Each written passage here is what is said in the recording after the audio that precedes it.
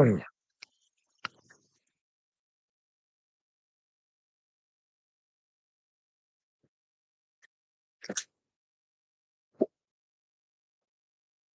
morning, everyone. Welcome to Good Heart Church. We want to welcome all the light spirits in, and as you can see, we're at a different spot today. We're actually at home in our camper. It was just too cold to pick everything up and move it up to the other place today. It's right now it's just barely above zero. So we elected to do this at home and have our talk here. Bear with us. If you hear a reverberation or something, when I quit talking while we're praying or whatever, just bear with me, please. Um, we've had we were having some problems earlier when we tested this, that it was every time I quit talking, it was repeating itself. So just bear with us with that.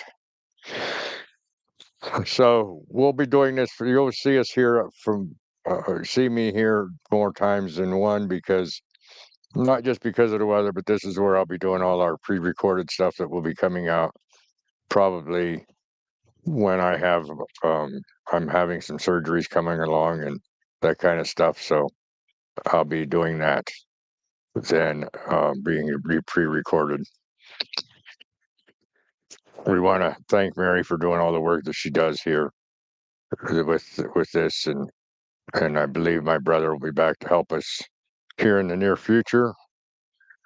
He's just waiting out some storms. And one of the other things I do want to say is I hope everybody is safe, warm, and making it through this storm that's in the United States right now.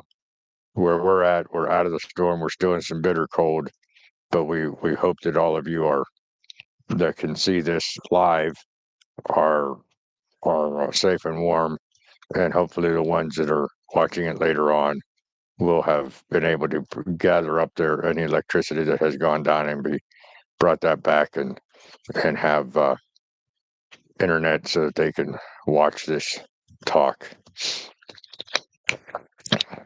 So let's go ahead and say a small prayer and then go ahead and relax into our talk today. Like I said, if there's any reverberation while we're being silent for prayer, please just ignore it until I start the relaxation process, and then ignore the relaxation process if it reverberates or repeats itself while we're in our relaxation.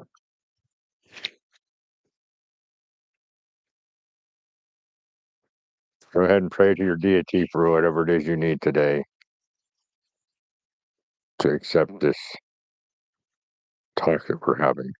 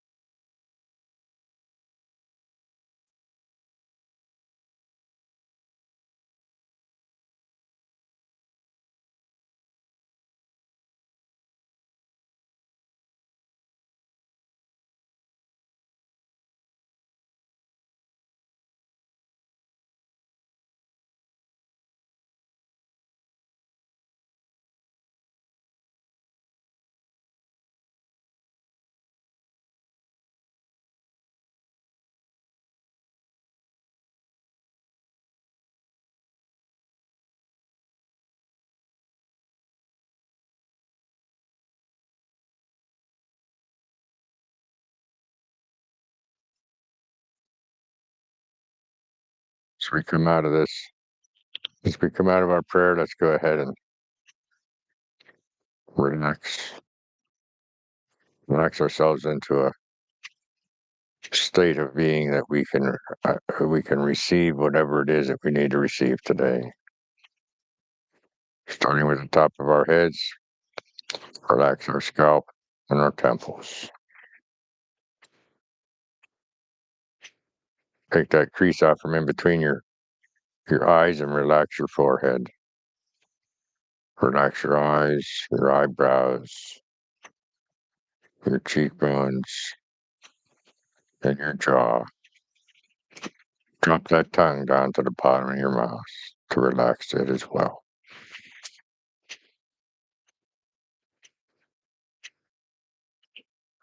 Relax your ears and your neck and drop your shoulders away from your ears. Relax your upper arms, your elbows, your lower arms, wrists, hands, and fingers.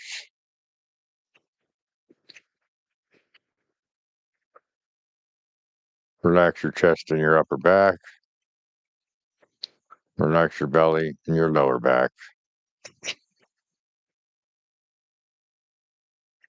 Relax your buttocks and your hips as you sink into whatever it is you're sitting on without forcing yourself down. Relax your upper legs, your knees, your lower legs, your ankles, feet, and toes. Take a few minutes now, when with each breath out, relaxing the next part of your body.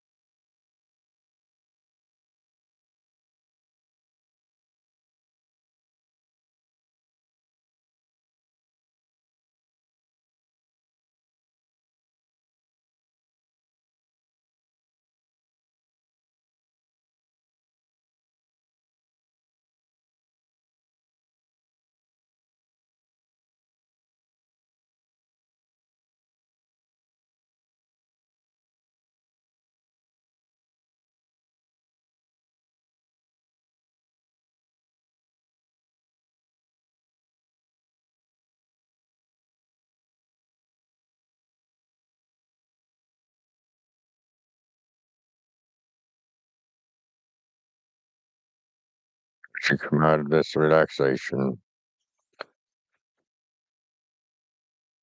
ask yourself and your deity and spirit, whatever it is, your own spirit, to accept whatever it is you need to see today, and whatever it is that you need to understand or resonate with.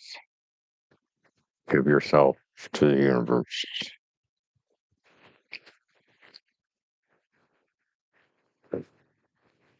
Yeah, I'm wearing a stocking cap because it's chilly. If you hear any extra background noise, we do have a furnace that's quite loud, and you might see our puppy come into the frame. She's right here beside me. You can't see her because she's off to the side, but she's here.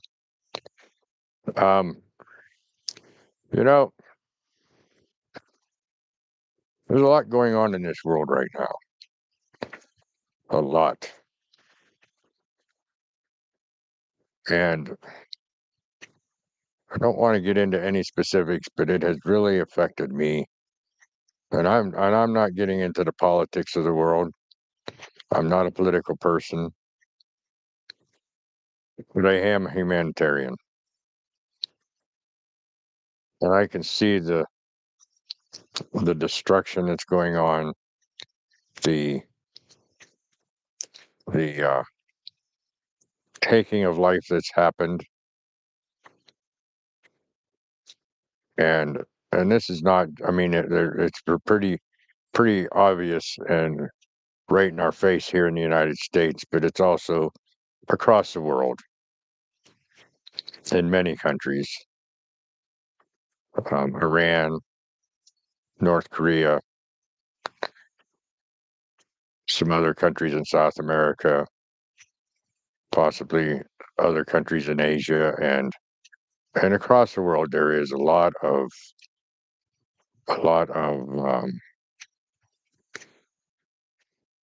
humanitarian discourse. And I've been watching the YouTube and some other places around the thing, and it says the chosen people.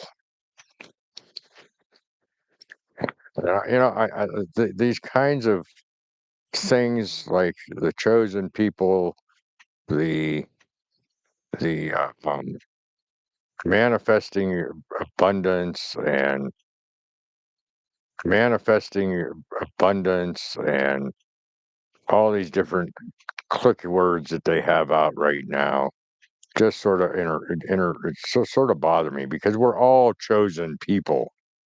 There is nobody on earth that has not been chosen. And what I'm going to say today might be a little controversial, and some of it might be a little, I don't know how to describe it exactly, but a little raw. But I'm trying to give you the truth that I believe. And this is not a normal talk for me, but it's just something that has just been been bothering me for several days. Um, and everybody is chosen.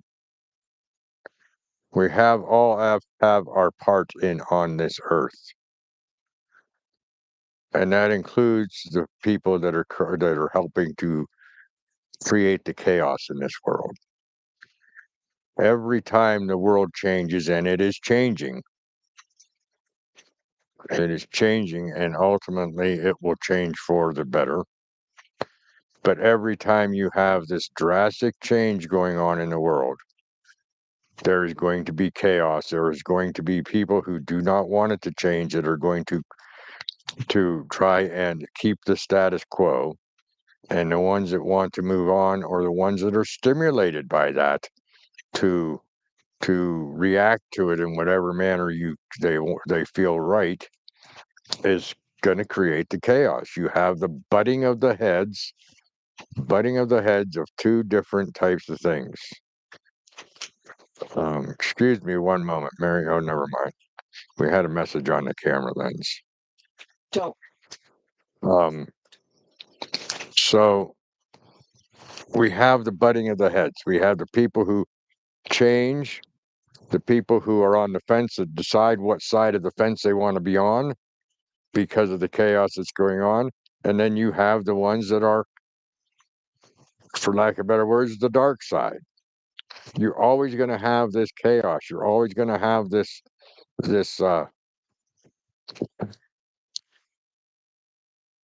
butting of the heads, and it has to happen that way. And this is where it gets a little bit goofy because if we didn't have the dark side in this world, we wouldn't know what the light side is. So how would you go and find and look for the right thing if you didn't abhor the bad stuff, the dark stuff, the chaotic stuff? You would not be able to go to the other side, to the light side, to the opposition, so to speak. Um, so we have to have that to bring us around to fight for what we need to fight for. And I don't mean fight physically. I mean to fight spiritually, to fight internally, to understand ourselves, where we are coming from, who we are, what we believe in, what really is in our hearts. And so you have to have both sides. So the choosing, the people, as I say, everybody is chosen. Some people were chosen to create that chaos, to create the dark side so that we could bring ourselves out of this, so that we can ascend, so that we can become a better person, so we can become the unified peoples of the world. And that's what this is all about. it will become better. We will always have darkness. Even after we come out of this chaos, we will always have some sort of darkness. One of the things I specifically wanted to get into today is what we can do. What can a person do to work on the light side, to help in a humanitarian way? Well, wherever you are, whatever you feel is the most important to you to deal with, first thing I suggest is if you have the means to do something physically, do it. If that means going and joining these people, do it. If you don't have that capability, then there are other ways you can do it. You can look and see where you can help in the background by donating things. There are people out there in all areas of the world that are accepting foods, accepting monies, accepting accepting all kinds of things. And Mary's over here giving me a symbol of what this is going to find, what the final process of this is going to be already. She's giving me a symbol to make sure I mention it. And the funny thing is that that's where this goes ultimately. Um, and so we can get online and say, where can we donate? We can donate money. We can donate food. We can donate any number of things that they might need. Usually, if you find a place online, they'll tell you what they need, where you send it to, and so forth. If you don't have that final or that if you don't have that capability for doing something like that, you don't have the capability of going there and being um, in person in part of it. It's the best thing that can be done. The absolute best thing, in my personal belief, in my knowing, that can be done, because this is coming from my heart, and this is the only thing that I've been able to do to this point. And I think that even if we do the other things, even if we are able to show up, even if we are able to donate, even if we are able to support them in other ways, you can still join the group and collective consciousness of praying. Ultimately, everybody can do that. You can pray for the people in Iran. You can pray for the people of North Korea. You can pray for the people of the United States that are being um, damaged, and and that can all help. That is the biggest collective consciousness that we can do worldwide. And we don't even have to know that the other person is praying. It's just the energies that go out in praying come back to the world. I suggest, and I highly suggest, not just praying for one particular circumstance, but rather praying for the entire chaotic earth.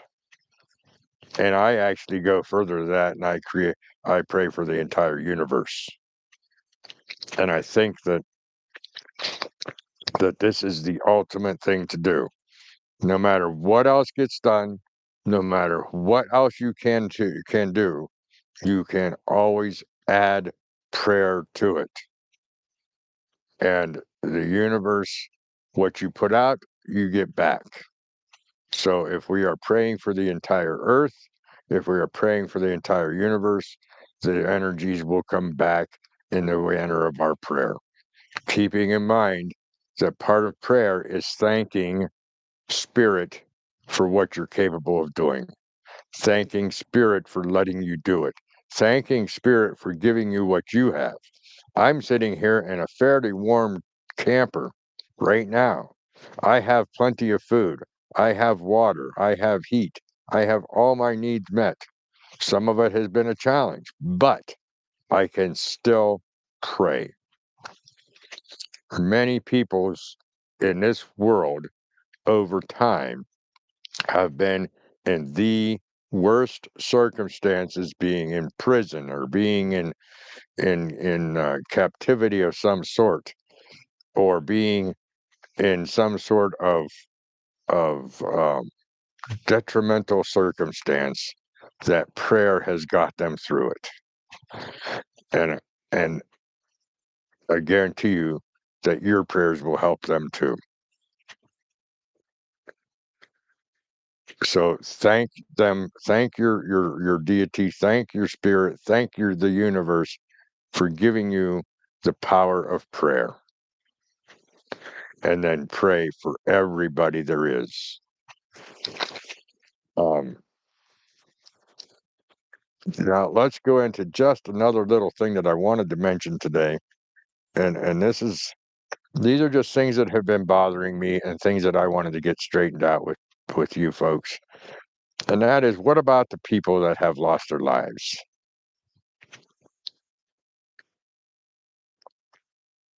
Sure, we should be upset about that. Life is very precious.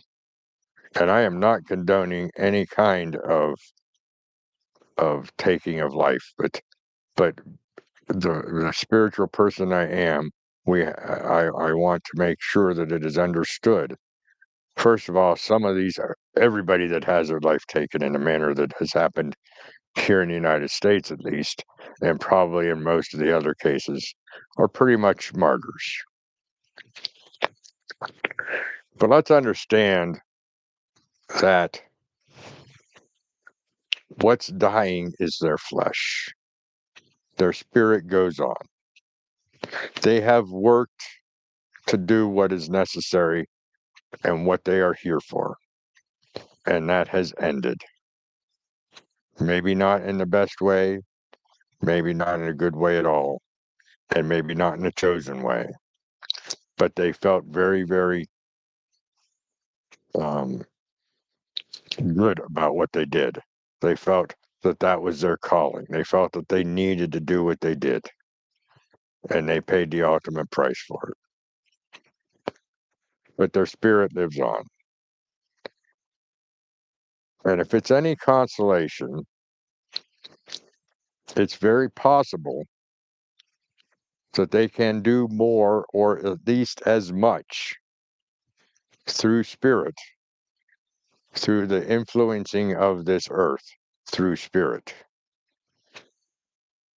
than they can do on this earth.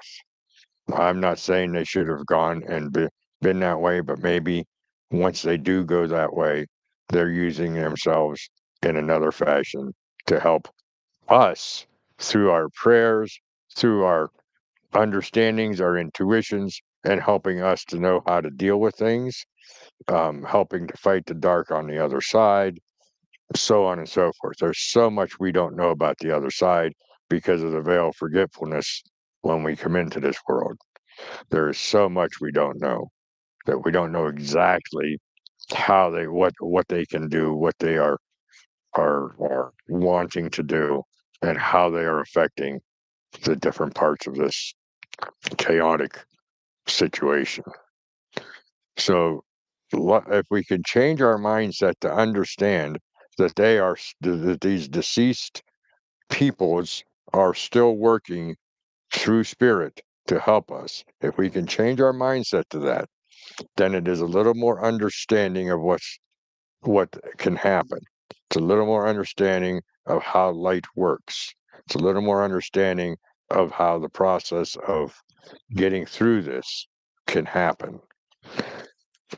Sure, we're going to mourn them. Sure, I was very upset the last few days, the last several weeks, over some of the stuff that's happened in this country. I mean, very much so. And that doesn't mean, I mean, these are the humanitarian things that I'm talking about. Being a humanitarian is prayer. Being a humanitarian is doing what you can do to help these people. Being a humanitarian is not always about being a philanthropist and having hundreds of thousands of dollars to give away and show up and be recognized as a philanthropist. The most important people in this world are the ones that don't show themselves as doing things that can be done. A $5 donation plus prayer, a showing up for one day in a local walk or a local whatever it is that's going on locally to handle these things. Showing up there can be part of your situation. There are marches all over the United States. There are marches all over Iran right now. And I'm sure there are other places that we are not even aware of. And if you have local support that is supporting all these different things that are going on, that's fine. That doesn't cost anything but a little bit of gas money to get to it. I know I might be repeating myself, but I cannot say enough that humanitarianism doesn't matter what the politics, what the creed, the race, anything. Humanitarianism is the proper way of handling this. And prayer ultimately is the way everybody can handle it, no matter what else they are doing. And we also want to understand that spirit is there with us, especially for the people in prayer. The spirit is there to help guide you what to do next, and that's something that can be done in your prayer. Say, okay, I'm praying for these people. I'm praying for the world. What do you want me? What is there anything else you want me to do? Please guide me. That is something to be said in your prayer. Please guide me. Thank you for giving me the opportunity to be able to pray for them and to be able to do what is necessary from your guidance. And then do it. Do what you feel is best in a humanitarian way, in a peaceful way, in a way that is not going to create more violence. Make sure that you're doing this through love, because that is the way we want to do this. That is the ultimate. That is the goal when all these changes are done, is that we will live in a higher state of vibration and we will have more love on the earth. And, we are moving from Pisces to Aquarius. Pisces is the age of religion. Aquarius is the age of spirituality. And the difference is that, well, I'll let you look up the difference and see, but what you feel the difference is. But to me, the difference is religion is telling us how to believe and how to walk our lives, and spirituality is saying we can be free and we can meditate and we can find out how to do it on our own without having someone else tell us how. But and still be connected with the unified field, still be connected with spirit, but in my way, in the way I'm being guided instead of the way I'm being told how to do. But because that's part of the clash, is the fact that we're moving from one to the other, and people don't want to move on from Pisces to Aquarius, and it will give more people, the Aquarius will put more people into a Christ consciousness. And when people are in a Christ consciousness, they're unable to be controlled. And the control of the Pisces era, the Pisces house, is going to fall. So please, please do ask for your guidance. Go in love and do the right humanitarian way that you are guided to do, and become part of the rising of the vibration, keeping in mind the dark side has to be here in order for us to even find the light, to find the, it was told to me one time, it was asked me one time why God had so many horrific things go on. And the answer was, would you look for him if nothing happened bad? Would you even try to find him? So for us to find the light and for us to change into the higher vibration of Aquarius, we have to see the darkness that's coming on. And that was their purpose in this incarnation, in their incarnation. So they were chosen. They were chosen to do something different than what we think, but they were chosen people as well. They are chosen people, I should say. So as I said, go in love, be peaceful, and be a humanitarian that you are supposed to be, and ask for guidance and pray. And with that, I'll say, be spiritual in everything you do, and we will see you next week.